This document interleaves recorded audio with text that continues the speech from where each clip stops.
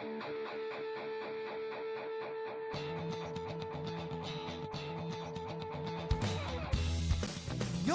listening to the Let's Go Buffalo podcast, your new favorite podcast for everything Bills and Sabres. Oh, what's going on, everybody? You're listening to the Let's Go Buffalo podcast, your favorite podcast for all things Bills and Sabres with the Bells. Nigel, Tom will be joining us, and Jake. Episode 70 coming at you, folks. You know the drill. Quick reminder, follow the social medias. You can find us on all of them with the handle at Let's Go Buff Pod. Jake, how many F's are in the handle, my guy? 2 F's. 2 F's. 2 F's in the handle. We're on all of them. Instagram, X, YouTube, TikTok. If you're watching on YouTube, do us a huge favor. Drop a like, drop a comment. Really helps us out with the algorithm. That goes for any of y'all that check this out. If you could take 10 seconds and go and just spam the YouTube page a little bit. Same handle at Let's Go Buff Pod. Whoa, at Let's Go Buff Pod. Super helpful. Just kind of helps us get going with the algorithm a little bit there. And let's get around here and say hello to my buddies. Jake, what's going on, my guy?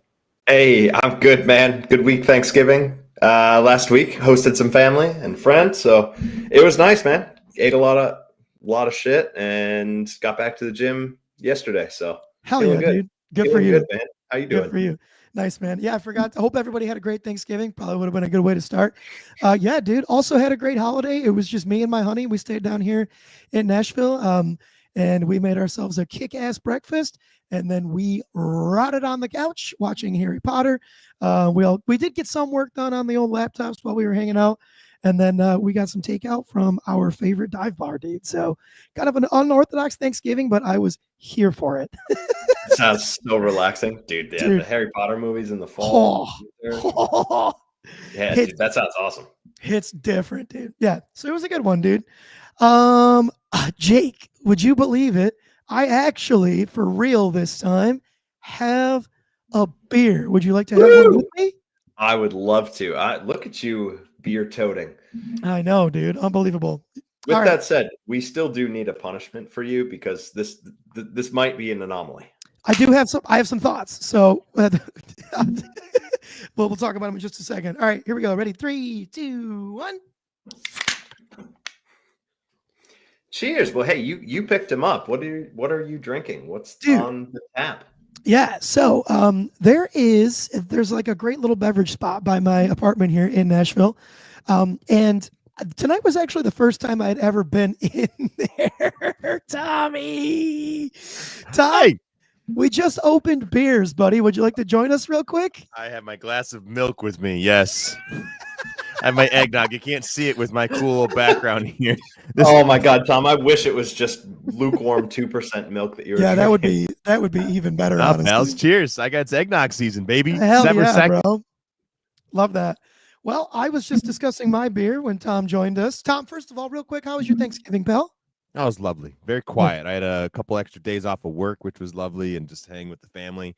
We got some snow and some ice, so just hung out and turned on the wood stove and we just hunkered down. It was nice. So hell yeah, dude. Awesome. Yeah.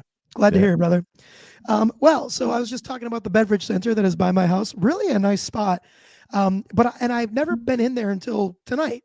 But I was like, man, I'm sure I'll be able to craft my own 6-pack there.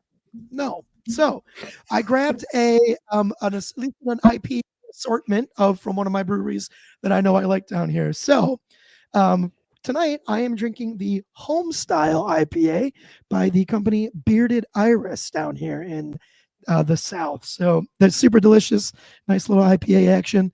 And I want to touch base real quick on my punishment situation. In this assorted IPA pack, there's 12 beers in there. 6 of them are double IPAs. Okay. Now, I would like to request that it's not on like a Monday night. But if we can manage to get a pod where I don't have to work the next day, I think I should have to crush 2, maybe 3 of those doubles over the span of a 1-hour podcast. Hell yeah, bro. Yeah, let's do it. I feel like shotgun them. A shotgun one of them. Yeah, the beer popping that we do at the beginning. That's a shotgun for you. Okay. All right. I'll agree to shotgun one of them, or at least try to. I think my shotgunning days, they might be a little rusty, boys, but I'll absolutely do my best. And I think that's also fair. I should have to shotgun a double. So I'm signing up for that if that's agreeable by everybody. I agree. We'll try not to do that for you on a Monday night when you got to get up at whatever time. And early enough. That sounds like a him problem, but yeah. I am being a little bit Hey, what are you drinking? Oh man. I'm drinking a repeat. To be honest with you guys, it's Planning an Escape. Much like I'm do after watching the Sabres over Thanksgiving break. It's a hazy IPA from a brewery in my town, Union Street. So yeah, it's a tasty little guy finishing off the 4-pack. Hell yeah, dude. Love that. Tell us about your nog.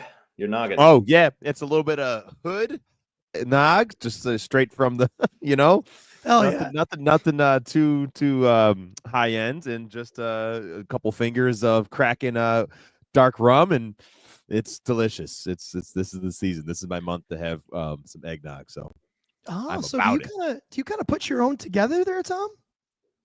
Yeah, I mean, I buy eggnog. I buy a carton of eggnog from the store, and then I add my own stuff. Yeah. Oh no, yeah. It doesn't come spiked. You know that, right? Well, you can get the Evan Williams nog that will come spiked. That's maybe true. I gotta be a connoisseur. All right. Yeah, that's I'm the learning stuff new things. That's my Christmas Eve drink is the Evan Williams. My uncle typically brings about 6 bottles, and we usually do make a pretty good dent. So, dude, my dad goes to an eggnog making party every year and has it around Christmas time, and it's like they're making the eggnog and adding the booze. It's really good. So if he's listening, save me some for Christmas. Yeah. Oh hell yeah! I've done that once, and it's really good. It's just hard, so it's probably not as hard as I was just years ago. So I'll have to try that again. But yeah, this is the season, boys. Yeah, dude. I know it's your drink of choice this time of year. You should make some. All right, buddies. Well, hey, cheers. Let's talk some Buffalo sports, eh?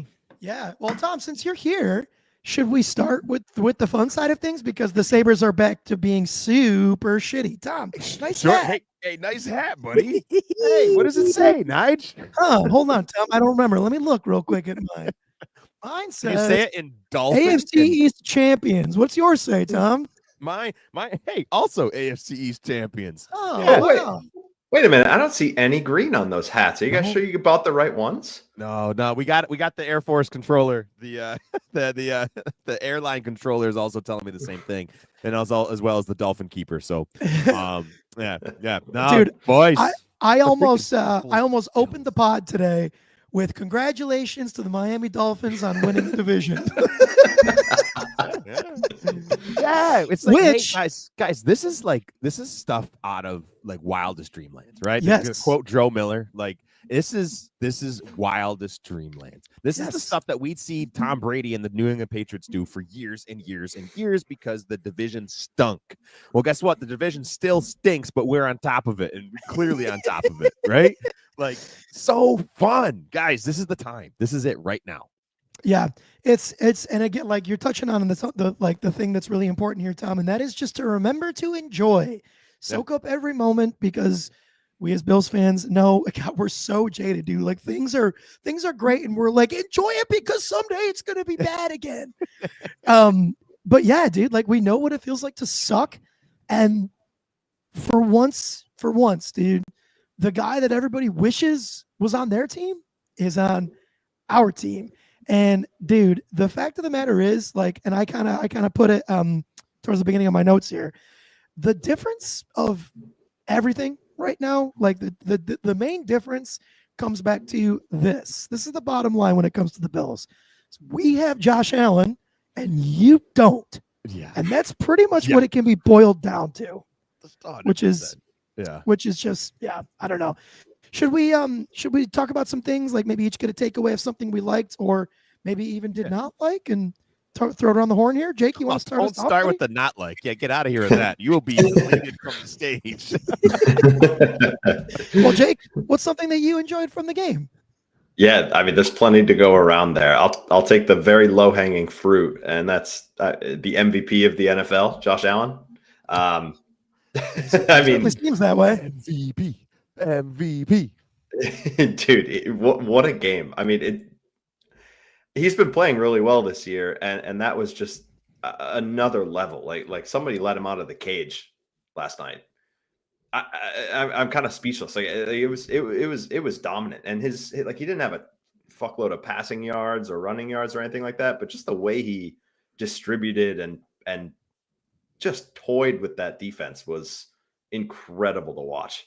I mean, were you guys just like bouncing in your chair watching that game? Yes. I don't think I sat down the entire game, dude. I was, Yeah. and that's mostly just because I'm an anxious sports watcher. But like, I mean, dude, like, I mean, the play, the touchdown. We all know what I'm talking about. I stood there speechless and like looked over at my roommate. We were hanging out watching the game, and like looked back at the TV, and my jaw was just on the floor, dude. Like that was all.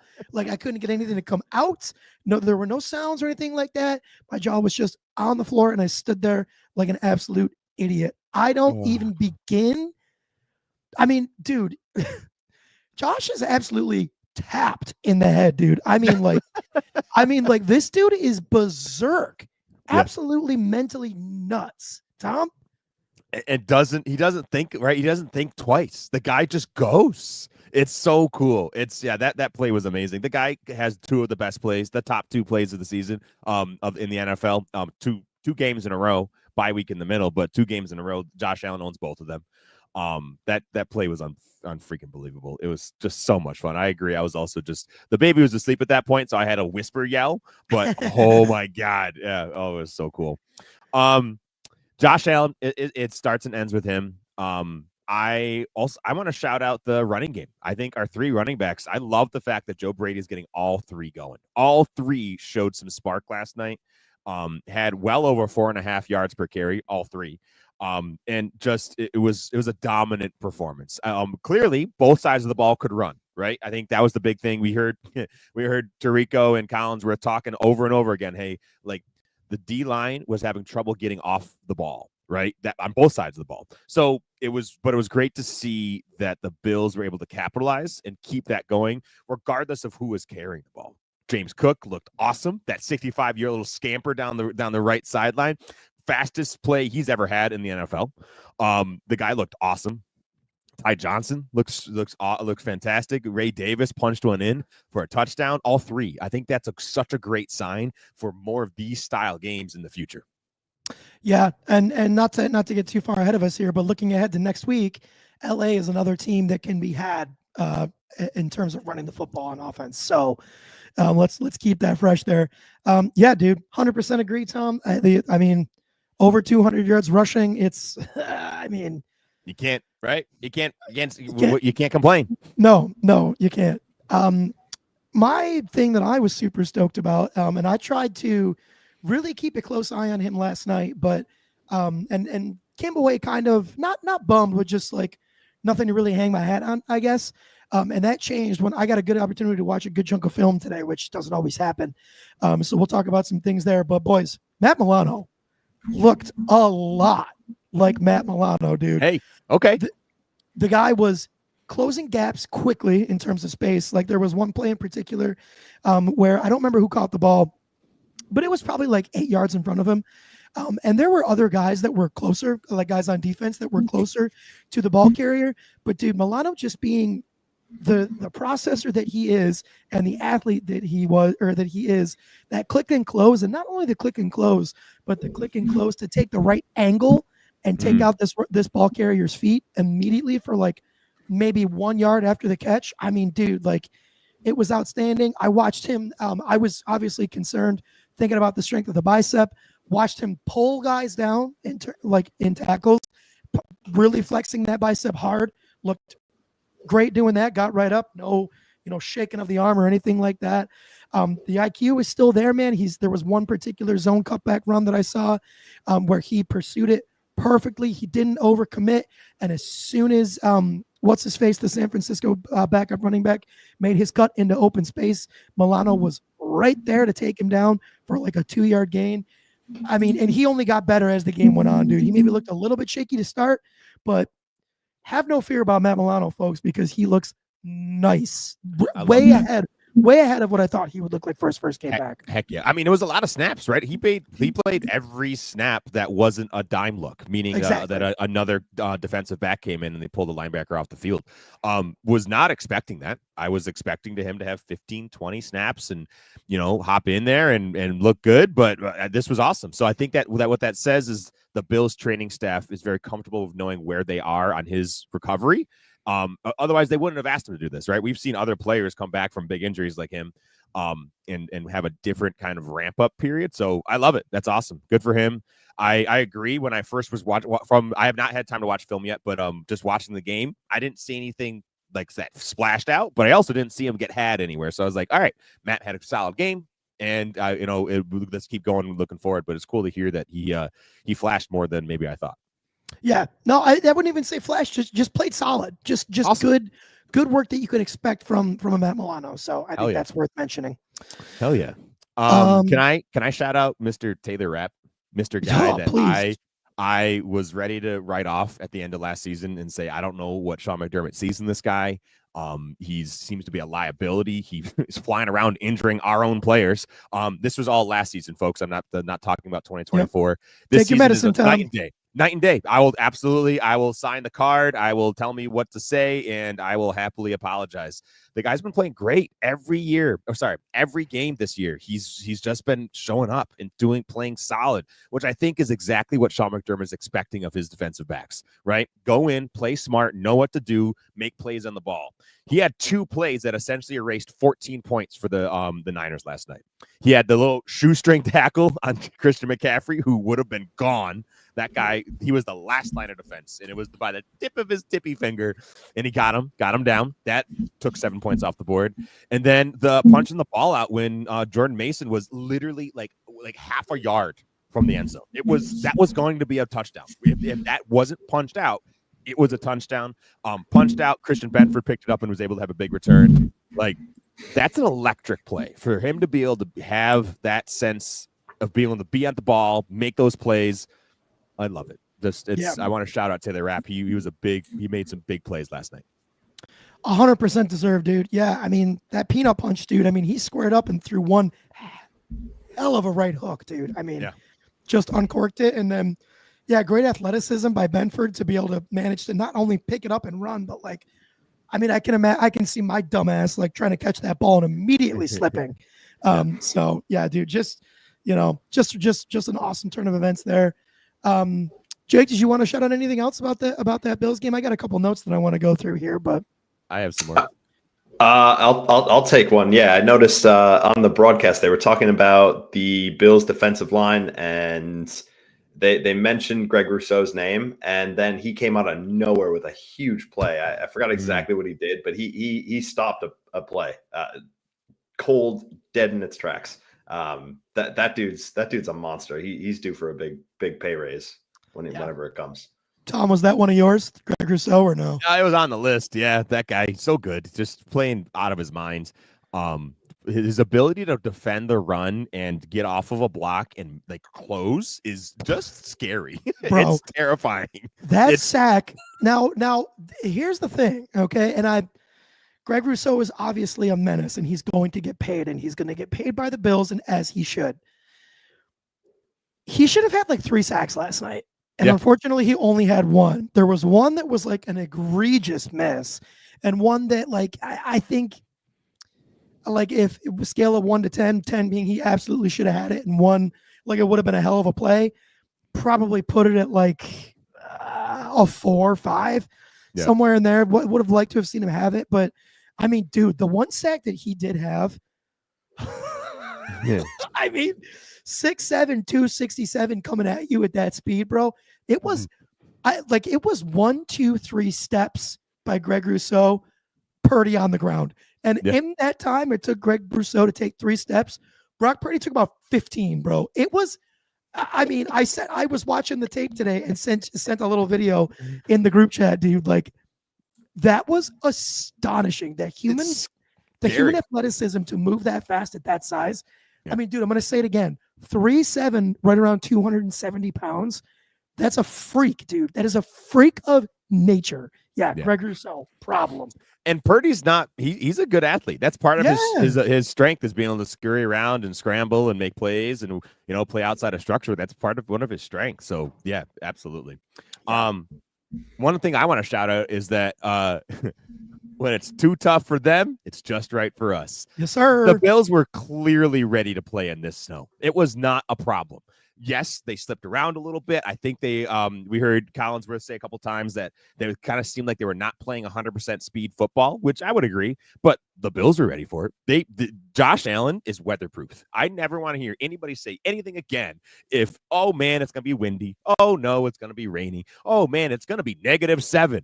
I don't care. Josh Allen's going to play just out of his mind. He's weatherproof. The way that he was able to sling that ball, there's a couple down the field shots to Dawson Knox that were just gorgeous. Brock Purdy couldn't tie his freaking shoes. And Josh Allen could do whatever he pleased. He played just how he wanted. And Josh Allen wasn't the only one, right? The rest of the team, this defense was able to show up, make plays. We saw the Niners slip all over the place. 65 and sunny is not the way to prepare for a Snow Bowl game here in Buffalo. So I love that. That was like they were ready to play in this weather. The supporting cast too, I think, played a big part. Like obviously Josh Allen's the star and made it all happen, but the supporting cast was great. That receiving touchdown that Josh Allen had, Amari Cooper reached behind him to get that ball and just made an insane athletic play back to him. Matt Collins in this weather. Yeah, Matt Collins was covered and leapt out to grab that corner ball. Like he got some good results from the supporting cast around him. They're not superstars. Like nobody's picking Matt Collins to be the star of that game, but that touchdown was a big turning point. Like that put him up. So yeah, I mean, the whole offense was kind of clicking last night, despite the not so great conditions. Yeah, and don't forget, dude, it was clicking in the not so great conditions without Dalton Kincaid and without Keon freaking Coleman, dude. Yeah. So there's still room for this team to, do better. Yeah.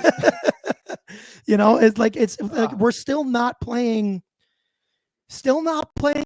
like our best football, which I mean, it's still not time to play our best football, but like, yeah, dude, like that throw to Amari Cooper that ended up being the play. Like, what was that, dude? It was a horrible throw by Josh. It was not good. He even said in his post-game presser, like, man, he was following the ball because he didn't want it to get tipped and intercepted. He was going to help, like, make sure that play, like, died. Josh Allen went towards that ball to prevent a pick six. That's what Josh Allen did. Yeah, and he just happened to be there. Amari Cooper had the wherewithal to send it, just to toss it back, and then Josh Allen's a freak of nature to just Superman his way across the end zone. I'm trying to imagine... Like, if you're Amari Cooper and you're looking back at Josh Allen right there, getting ready to lateral that ball, Josh Allen's got to be looking there, just kind of like smiling a little bit, like exactly, yeah, like throw me the ball, give me.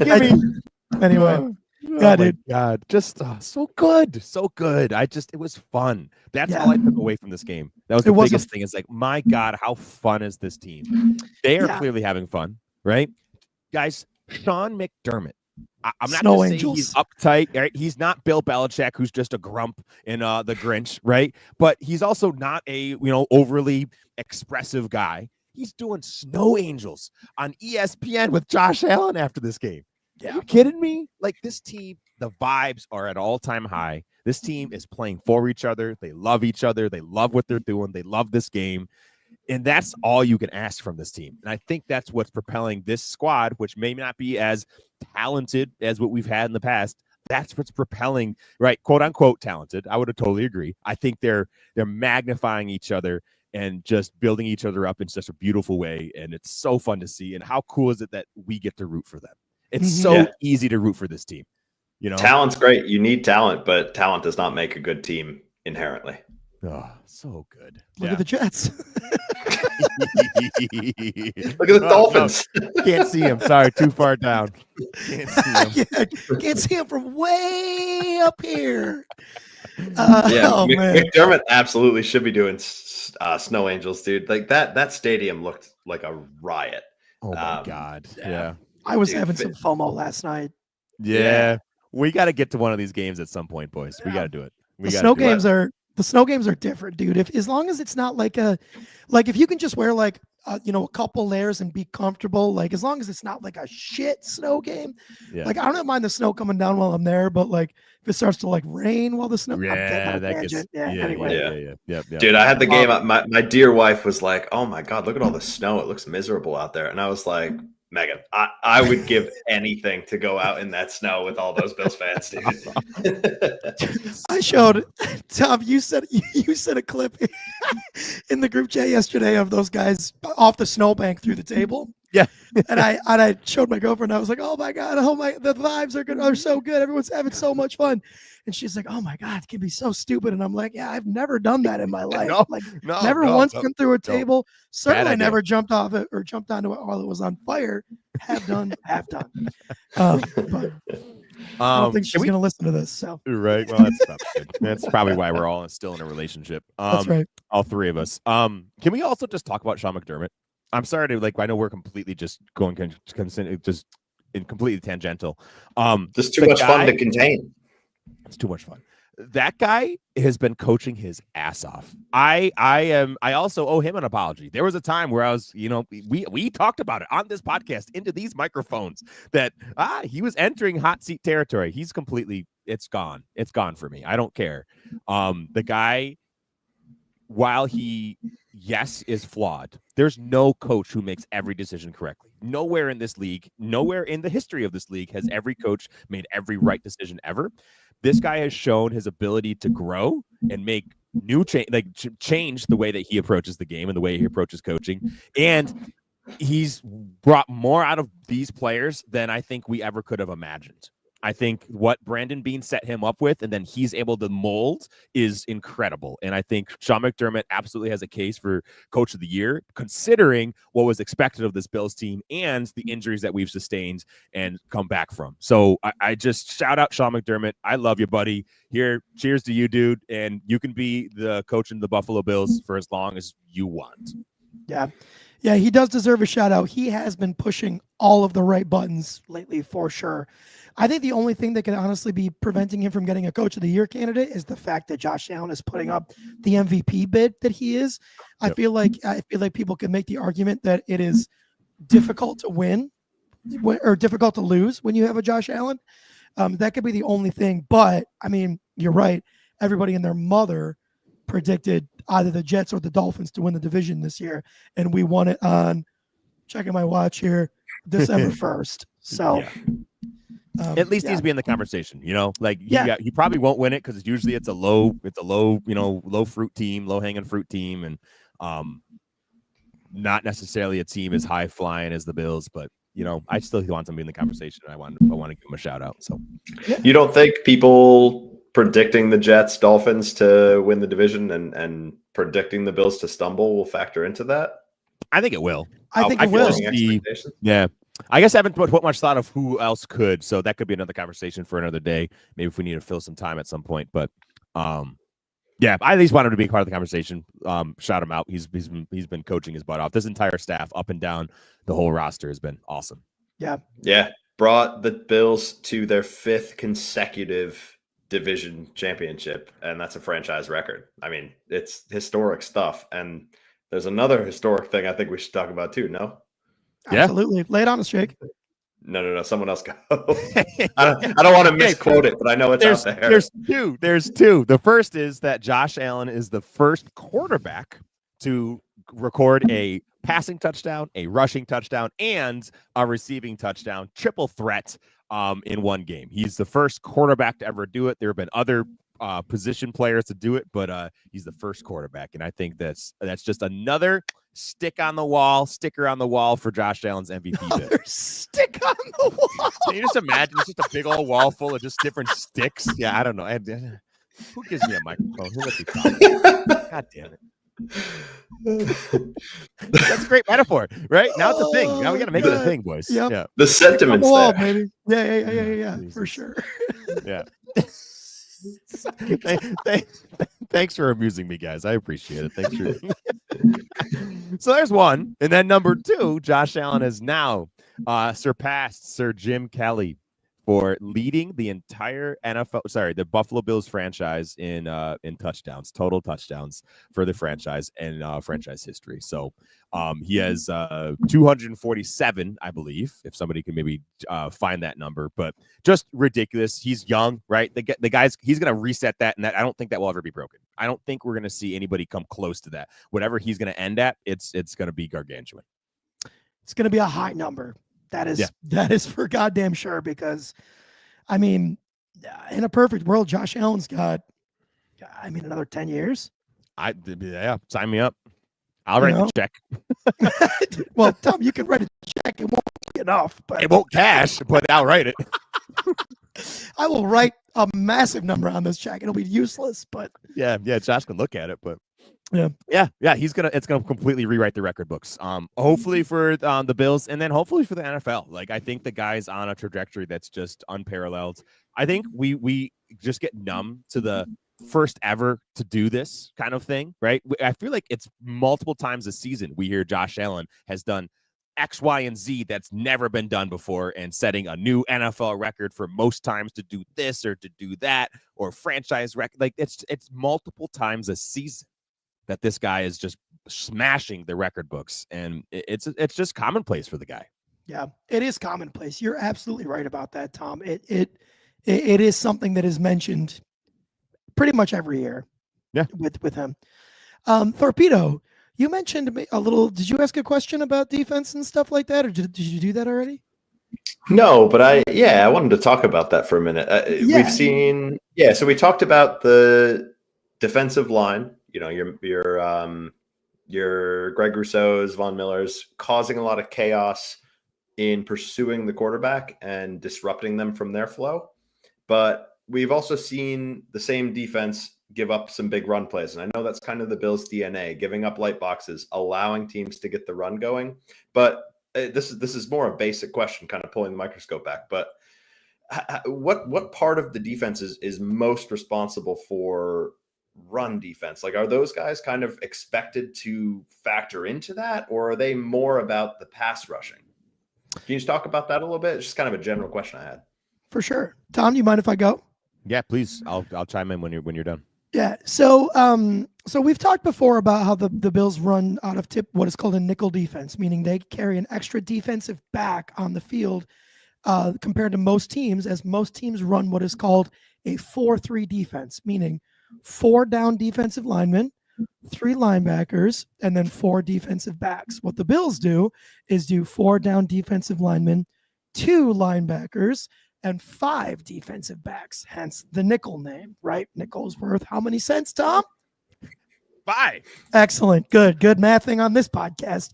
Yeah. So that inherently in and of itself would on paper lead teams to believe that running is going to be the option against the Bills. Now, what they don't account for is that nickel guy, that 5th guy, that defensive back, is a guy by the name of Taron Johnson, who is probably the best, if not a top 2 nickelback corner in the league. And what makes him different than the rest of the nickels in the league is that while he is under the category of defensive back, he plays downhill like a linebacker. Now, he's not the size or frame of a linebacker, but the guy plays like an absolute nutcase and will blow up anybody that moves. So you have a mentality there from a defensive back that usually belongs to maybe that of a linebacker. Now, despite Taron Johnson's tendency to be a great run stopper, you are still talking about a guy that is a defensive back with a lighter frame. So when teams are going to run and they're blocking with, at least 5 down offensive linemen, maybe a 6 jumbo tight end, out of these power formations, you still have high 200, 300-pound guys that are blocking your nickel corner like Taron Johnson. So, the Bills are always going to be susceptible to the run because they just have smaller guys on the field. Now, their smaller guys are better than everybody else's smaller guys, and that's why they get away with it, right? The other thing we're finding and why the run game is taking an extra hit this year is compared to the last 2 years, Daquan Jones and Ed Oliver are simply shells of themselves. Sorry, that might be harsh, but Daquan Jones in particular as the one tech is not playing at even remotely close to the level that he played the last 2 years. I'm watching him get blown off the ball kind of a lot, and it's affecting Ed Oliver because Ed Oliver and this goes for Terrell Bernard and Matt Milano as well, are the most effective when we have a one tech that is able to soak up some blocks and keep those guys free. Right.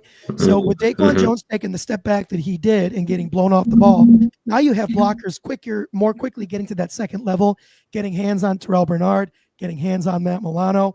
And I don't think Ed Oliver's film last year did him any favors for teams preparing for him this year.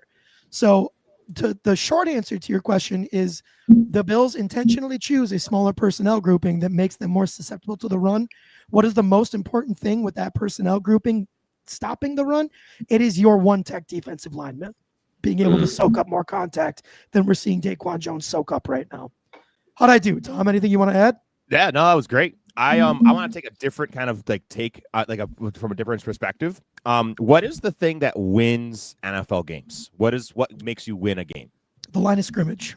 Cool. And then what do you do when you get to the end of the field? You score 6 points. Cool. So the Bills, with this ability and willingness to play light boxes and dare you to run the ball, they will give you what you want between the 20s. It's kind of a phrase in NFL kind of coaching and philosophy is between the 20s, you can do what you want, but we're going to crunch down and we're going to hold you at the red zone and not let you score. How many points did the Niners have? 10. Not very many. 10. Right? Yeah. How many points did the Bills have? A lot. 35. So I as the math's there, right? Where the Bills will allow you to take some time and kind of give you what you want, let you play and make you try and sustain a drive between the 20s. And then oh boy, challenge you to score in the red zone. Now, their red zone defense has not been as stellar as it's been in the past, but I think it's starting to heat up, especially as we're getting healthier. This game in particular, they did great, held them to 10 points, right? A touchdown and a field goal. So I think, but that's just one example of, hey, we'll let you have what's in the middle, but we're not going to let you score at the end. So that's the kind of another philosophy take of it. Oh, now that once you get down in the below the 20, good luck, and we're going to try and hold you to 3 or even less and punch the ball out for a peanut punch and take the fumble recovery. So that's another philosophical kind of just approach that the Bills take, where they know they're gonna let you have what you want there, and then essentially force you into doing other things. And then just to put a bow on it, we've talked about it before, but you as a fan of the Bills, you just have to go into every game knowing that they're going to concede rushing yards. It's the way they're designed to operate. They're designed to operate to take away the pass, and then you have a unicorn like Taron Johnson who can be a lot closer to a linebacker than 98%, 99% of other nickel cornerbacks in this league. So you just need to be okay with that as a Bills fan. And we saw last night, like Tom just said, I mean, they bowed up in the red zone like crazy. So, yeah, to put a bow on Nigel's bow. Wait a second, we got another point. We're doing so good here, Nigel. This is we're taking them to school. I like it. Y'all are just getting ready for Christmas. God damn. Yeah, no, this is good. Yeah, I got bows coming out my butt. The other thing is that I have to talk now, don't I? You are a gift, Tom. Yeah, thank you. Thank you. You're welcome. Yeah, you're welcome. The Bills also designed their defense to play with a lead. They're expecting Josh Allen to go out and put up points. If an opponent is behind, they're less likely to be able to run and be willing to run because they need to move the ball quickly and score. So they're passing, which guess what plays right into the Bills' hand of, all right, great. We're going to play light boxes and we're going to have a better passing defense and we're going to let you run all you want because guess what? That soaks up the clock and honestly helps us because we're ahead and we want you to have less possessions to have less opportunities to get back and recover a lead. So it's another just philosophical way that they approach the game to let the defense and the offense and the special teams play complementary football and support each other. There you go. Fascinating stuff, guys. Thank you. That you weren't expecting all that, huh, Jake? I think I just picked up a college credit or two. I think. Yeah, there's going to be a quiz at the end, so get ready. Oh fuck. So anyway, I think we've talked quite a bit about this game. such a fun game. Folks, go to YouTube, search Bills Niners highlights, and just watch it again. Enjoy it. You should do that for honestly many of the games this season. Go enjoy it and have fun with it. We next week we're going to LA. We have 2 road games coming up. We're going to LA to play the Rams, and then after that we're going to Detroit. That'll be a fun game to talk about, but we'll save that for next week. This LA Rams, they are a kind of in the middle of their division in the NFC West. They can be lethal, but they're also kind of a shell of what this team was that went to the Super Bowl a few years ago. Their defense is not nearly as potent because they don't have the best defensive player of our generation, Aaron Donald, playing for them anymore. And the offense can get going, but I think it can be had, right? I think it's Matt Stafford, it's Kyron Williams, it's Puka Nacua, Cooper Kupp, but again, if you can find ways that their offensive line can be had, so you can get after Matthew Stafford and really affect him, and then all of a sudden he's not, he's in his mid-30s, right? The guy is not what he used to be. So if you can affect him and kind of get him off the ball and get him off his spot, he can be really good and really lethal. But you can also affect this offense and push and kind of have your way with them. Yeah. A couple. I mean, the Rams they're 6-6. I think. Did you mention that, Tom? I don't know. Anyway, it doesn't matter. Record, no. Yeah. So the Rams are 6-6. They're a team. I feel like I watched them one game. They look great. And I watched them another game, and everybody looks lost. But just a couple numbers on the Rams. Offensively, they're 18th in total yards. They're 11th in passing, but they're 26th in rushing. So, just to touch on what we were just talking about with the Bills, this is a game where the Bills' defense, right, the way they structure their defense shapes up well, right? Yeah. A team that is done much better against in terms of passing the ball, which makes sense. You got an absolute gunslinger like Matt Stafford, not so great in the running game. You're going to want your team to be equipped like the Bills defense is. I think this Bills defense goes into this Rams game super ready and super outfitted to have a productive game against them. A couple more numbers there. Offensively, they are dog shit on third down. They're only converting 32.6%. That's 30th in the league. That is bad, bad, bad, bad, bad. So, don't let them if they get the third down, don't be the team that they crush that number against. And then defensively, the Rams can be had in the rushing game. They're 28th in rushing defense. They're averaging 144.2 yards a game. Hello, James Cook. Hello, Ray Davis. So, I think the script is very similar to what it was against the Niners. Let Jimmy cook, let Ray Davis run, and Josh throw on the cape when you need to. But yeah, Tom, you said the big ones, Puka Nacua, offensively, you got to stop him. Cooper Kupp, and then Kyron Williams, yeah, but I don't know, that rushing offense just doesn't scare me. Agreed. I think it's it used to be more potent. I think Sean McVay is a brilliant offensive mind, and when he can, scheme up the right game plan, he could be dangerous, but they just have not been able to put it together. So I think the Bills just need to go in and get healthy out of this game. I think it's really important to remark that with no new injuries out of the Niners game, I think that's huge. And let's continue that trend, right? Continue to get more and more healthy so we can push in and have, I think the Detroit game is going to be the last big game on our schedule, and then kind of figure things out for the playoffs. Yeah, exactly. Boys, anything else on the Sabres real quick? Or God, Jesus Christ. Anything else on the Bills real quick? No. Freudian slip because they're both so good, right? Yeah, that's it, dude. Every time I'm talking about really good and positive and productive and consistent things, I think about the Sabres. Well, with that segue, what happened in Sabres land? Well, pals, to quote Rob Schneider in Waterboy, "Oh no, we suck again." Yeah, we're terrible. We dropped 3 straight. The last 3 games that we talked about that we were going to play, we had a game against Minnesota, game against Vancouver, game against the Islanders, and we lost all 3 of them. I guess you can try to take, a little bit of positivity in that the game against Vancouver was an overtime loss, but maybe I'm being a little bit too critical because here's the God honest truth. That game against Minnesota, and Tom, I think I was texting you about that during the game. They looked unreal. The Sabres played truthfully so well against Minnesota. It was a complete team game. They had great offensive chances. I thought they played well defensively. Shows from the scoreboard, right? We lost that game 1-0. And folks, if you didn't get a chance to watch the game, you got to know that the boys were buzzing. We just got stonewalled by a goalie that was on that day. And Gustafsson just absolutely, I mean, he stood on his head. He made some unreal saves.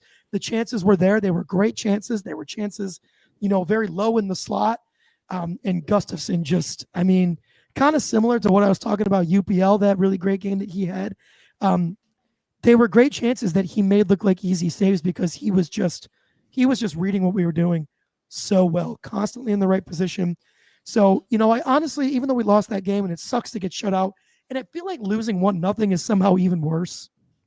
Like, you couldn't even get one to force overtime to get 1 point. Like, that sucks. But it was a game that I was honestly able to walk away from and be like, yeah, this loss sucks, but carry that into the next couple of games and you're going to walk away with some dubs. Let's take it to Vancouver. Now, I'm going to level with everybody right up front. This game happened on Black Friday, and I work in retail. So I watched what I could. I had the iPad right next to me, but, I couldn't watch this game as closely as I wanted to.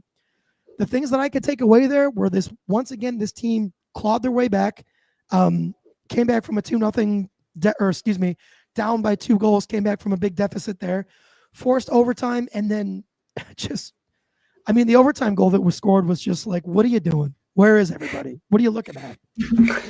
Like, I don't understand. I know it's overtime is 3v3, but like, how do you let somebody just get so wide open? Unless, and I think the thing with 3v3 overtime is usually the transition is where people get caught. But I mean, Vancouver had possessed the puck for a minute in our offense or our defensive zone, and we just lost track of somebody. And that's how that game ended. It was heartbreaking. We were down 3-1. We scored 2 great goals in the third period, late in the third period to tie the game. Went into overtime with all the momentum and somehow lost. So, go ahead, Jake. Yeah. I was just gonna say, yeah, it's good they pushed it to OT. I'm happy about that. You get the point, but it seems a bit more hollow given the great effort against Minnesota, like you said, but getting stonewalled by a really great young goalie, Gustafsson, and then we'll get to the Islanders game more in a second, and then getting blanked 3-0 by the fucking Islanders. It just makes that OT loss sting a little bit more. If they won, if they got another point against Minnesota and beat the Islanders, I don't think we're complaining about the Vancouver game at all. But it just kind of it's a microcosm of other issues that cropped up in the other games. Yeah. And Jake, sorry, I kind of sped through here. Was there anything you wanted to touch on with the Minnesota game? I apologize. I disregarded and just kept on No. You're fine. I mean, I'll say again, I think Philip Gustafsson is a really excellent young goalie. He's such a good compatriot for Fleury as he kind of ages out of the league. I agree. I caught most of that game. I think the Sabres looked good. They had a lot of opportunities. They were getting a lot of shots on Gustafsson. He straight up beat him, and sometimes that happens. Stings that they weren't able to get a goal out of him, but it is what it is. They played well, and it unfortunately, I think, maybe hurt their confidence, or they ate too much on Thanksgiving, but they looked a little bit more flat against Vancouver. And then I think we should probably get into the Islanders game. My God. I wasn't able to watch it, but I caught some highlights, and there wasn't a lot of highlights of Sabres offensive chances. I'll put it that way. Just looked flat. For some reason, I just hate the Islanders so much. I hate the Islanders so goddamn much. Their personnel can change, their coach can change, but they're still the same boring fucking team. I hate watching them. I hate competing against them. They scrape their way to the playoffs by loser points because they're a loser team with loser fans. And then they get fucking swept by the Penguins, the Canes, the Rangers, the Devils. I don't care who. They're going to get swept if they make the playoffs, and I hate them. That's my tirade. Take it away, Nige. What else did you see? Dude. I appreciate that, dude, because I can't even, it's their play style. It's the fact that they choose to just be so defensively sound. It's death by 1 trillion paper cuts playing against the Islanders is what it feels like. And yeah, we seem to lose to them all the goddamn time too. Yeah, and it stinks because they're in the thick of the playoff hunt. When it comes down to the wire in April, they're going to be a team that you're battling for, and so you're giving up points to them. Exactly. Yeah, and you just took the words out of my mouth, dude. The Islanders are going to be right there. Like, when there's 10 games left in the season, the Islanders are going to be right there 1 to 2 points out of a wild card spot because that's just where they live. That's where they always are, it seems like. And yeah, God, no, it was a flat game. I don't even, Reimer played that game. I don't even feel like I can put a lot on Reimer's plate there. I didn't think the goals that he let in were egregiously bad. I thought it was poor play in front of him. And then, God, dude, just offensively completely absent. And that kind of leads me to my next thing, Jake. And I want to get your take on it. I mean, and I'm seeing it a lot on social media. I'm seeing it on a couple podcasts. Jeff Merrick is going, it seems to be whatever his scandal was that got him off the show with Elliot Friedman. I have no idea what all that was. But whatever got him booted off that show, he has gone on a podcast spree. And I feel like every podcast he's on recently, he is mentioning something about the Sabres being in trade talks. So the conversations are out there, but I have to kind of feel like with us getting shut out in 2 of the last 3 games and not replacing the Jeff Skinner money in terms of the salary cap, the noise for a trade is going to start to get louder than even it has been.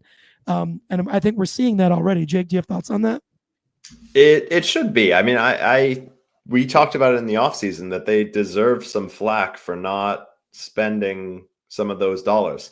It doesn't have to be a player that has $10 million hit for the next 7 years, because I know that they are worried about some extensions coming up. But at the same time, there are options out there that you can make work. The cap is going to rise exponentially over the next couple of years. So it is a failure, in my opinion, still to not go out and get a scoring talent for your forward group. So yeah, they absolutely should be in trade talks. I know they were one of the few teams that was involved in the David Jiricek trade from Columbus to Minnesota recently. So I'm sure that's where some of that noise was coming from, but they really should be out there trying to add to the team. With that said, I think they've put themselves in a tough spot. Big trades for, household name players, scoring players, big, players that can push you over the line to get to the playoffs. That doesn't really happen mid-season. Around the trade deadline, sure, you can see 1 or 2, but in December, it just doesn't happen. So the time to do that has passed. It was at the draft. It was in June. It was in July, August, not in December. So Jeff Merrick can talk about it all he wants, but until something happens, it's kind of meaningless. And other teams are going to pick up the phone and listen to Kevin Adams, but as far as pulling the trigger, I don't see it happening. I don't know who's out there trying to trade a player that would really slot into the top 6 at this point in the season. And that's just it, man. We've seen, that year the Blues won the cup, they were last in the division, last in the league at Christmas, and then had an unreal remainder of the season to go on to win the Stanley Cup. So yeah, dude, anybody that's got even if you're in the very bottom of the standings right now, you're not looking to trade anybody because you can just, even just that, you can point at that and go, still could be our year. Yeah, and sure. nobody's letting go a star player that could help them get to that point at this point in the year. Yeah, you're right, Jake. I agree with everything you just said. Well, I think it is. Go ahead. Sorry to cut you off. I'm excited. The teams at the bottom, are you going to trade with Chicago? Chicago doesn't have a player that would really add to your team. Sure, they have Bedard, but you're not fucking trading for Connor Bedard. No. You look at Nashville. Nashville is a team that has a ton of older guys that are more established, but which of those massive contracts are you taking on? You're probably not. If you are trading for another player that has a more friendly contract and is a player of that caliber, that they don't want to trade them. They're trying to battle their way out. They're trying to be St. Louis from 5-6 years ago. So there's not really any teams for you to make a meaningful deal with at this point in the year. I'll say this: if Nashville wants to come up with a deal for Tommy Novak, I'm in like Flynn, dude. But yeah, that's not going to happen. Agreed. Yeah. So it's this is the thing with trades, right? You can't just, and this is why, when fans are like, why isn't the general manager trading? It's not exclusively up to the general manager. A trade Two to takes tango. two. It takes two to tango. Thank you, Tom.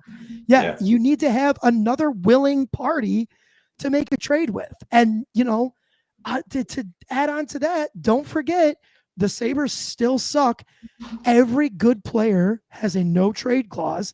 And I'd be willing to bet you any amount of money that 90 to 95% of those players with no trade clauses or limited trade clauses, the Sabres are on their no trade team.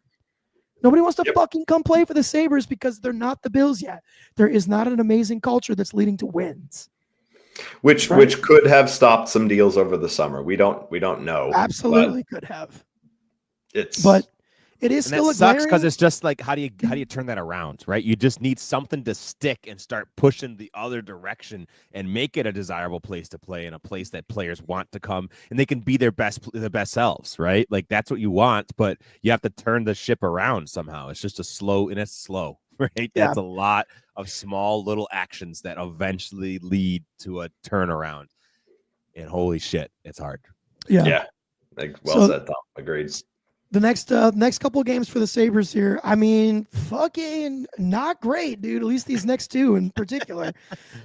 Play tomorrow night at 7 p.m. Eastern time against Colorado. I don't know if you guys remember, but Nathan McKinnon and Cal McCarr play for Colorado, so that's tough. Thursday, December 5th, against the Winnipeg Jets. If my watch is right, Winnipeg broke the NHL record for the amount of games that they won to begin the year. So they're pretty fucking good. Was that not to mention? No. You're correct. Not to mention they have Connor Hellebuck, who's one of the best goalies in the league, playing against a team that's had trouble scoring. So that should be fun. But the NHL's so silly. Sometimes watch them put up 7 against Hellebuck. Yeah, and that is what this Sabres team does, dude. Like that is God, Jake. This next team, new to the NHL this year. The Utah Hockey Club, 10-10-4. So I would even say, I mean, they're if nothing else, they are as bad as the Sabres because they're 500, but I think they're honestly ahead in the standings because they have more overtime losses, which is at least still getting them a point. So if nothing else, this Utah team is right about the same place as the Sabres. Jake, if you watched any Utah games, I don't toss this you to put a pressure on. I don't know anything about Utah right now, to be totally honest. Wondering if you do. I haven't watched a lot of their games. I'm excited to watch them play Buffalo, but they're not the Arizona Coyotes of old. They're a much more complete team, I think. And going back to trade talks, any players that Buffalo's in, I think they're going to be in on too. They're a new owner. They're looking to make a splash and looking to make the playoffs in their new building. For sure. And then I guess you can make an argument that things get easier, although we play in the Detroit Red Wings, which is a team, again, we've said it a lot recently. We've played Detroit a bunch so far this year. It's a team that's in the same bucket as Buffalo, right? Like, when are they going to make the move and get out of the bottom of the basement? Well, I guess we'll find out Monday, 12/9, 7 p.m. Eastern time as well against the Red Wings. So that's our next chunk of games here. At home. I want to point that out. At home. Yeah. They've been playing better at home this year, but not historically have been a good home team. So in these next 4 games, I think you need 5 points for me to be satisfied, not even happy. I was going to say, just given the fact that the first 2 games are against the Avs and the Jets, I feel like if we came away with 4, I would be honestly pretty fucking stoked. Fair enough. If it's 4, 2 of them better be against the Red Wings, and it better be in regulation. I'll put that qualifier on it. I'll take, dude. If we have 4 overtime losses, I'm not going to be happy. So. Yeah. Well, now that I've ruined my mood and talked about the hockey team that I love more than anything in the world, Tom, do you want to get us out of here? Yeah. All right. Hey, love you, boys. Have a good one. Thank you all from the bottom of our hearts for spending some time with us. Please give us a like and a follow on Instagram, X, TikTok, and our YouTube channel at Let's Go Buff Pod. These are my pals, Jake and Nigel. My name is Tom, and you're listening to the Let's Go Buffalo podcast. We're sending you love wherever you are. Go Bills, go Sabres, let's go Buffalo.